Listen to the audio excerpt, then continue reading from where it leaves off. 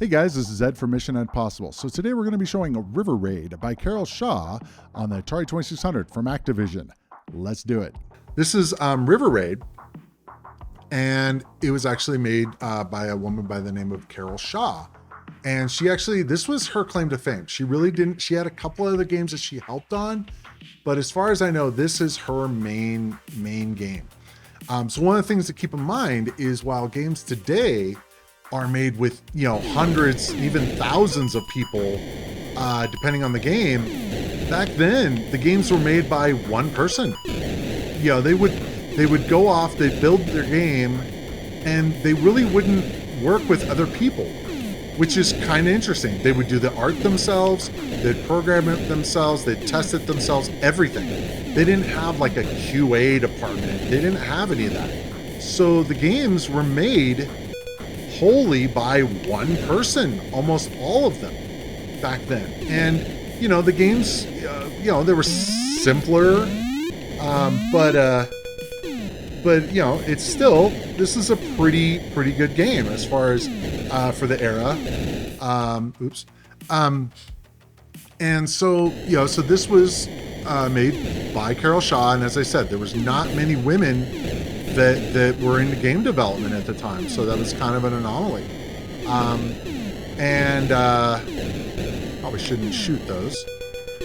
Anyway, so this was made by a company by the name of Activision. You probably have heard of them.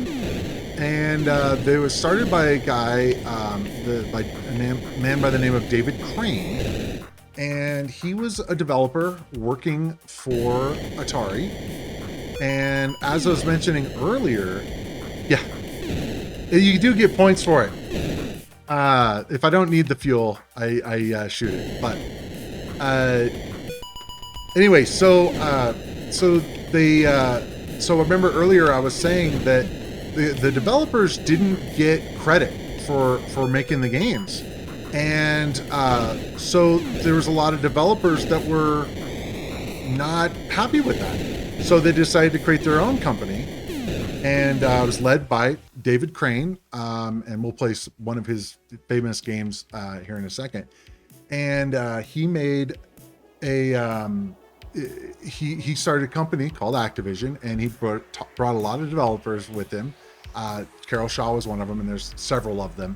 And the big thing with Activision is because they didn't get any credit at Atari, he wanted to make sure that everybody got credit when they were making the game.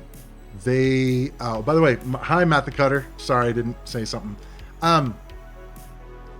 So the big thing there was they wanted to make sure that the people that made the games were wanting to be treated more like rock stars. I mean, it's like a game developer. If you make something really cool, typically in that era, the guy might make it in this awesome game, but doesn't get any credit, doesn't get any more money for it. And so, the idea here was that he wanted, David Crane wanted, and all these guys wanted to celebrate the developers. So on the games, you would actually see who the developer was on the, like if I had the back side of the box, you'd be able to see it. Or even on the front, it's like developed by so-and-so. And basically you'd be able to see who it is, and they would actually have their signature on the inside and the manual and stuff like that. So you really could see that this was a real person making this game, and it wasn't just this huge company. Obviously Activision has grown since then. But this was where they got their start. Hope you liked the video. If you did, be sure to hit the thumbs up. And if you'd like to see more of these videos, be sure to hit this playlist up here. And as always, see you in the next adventure.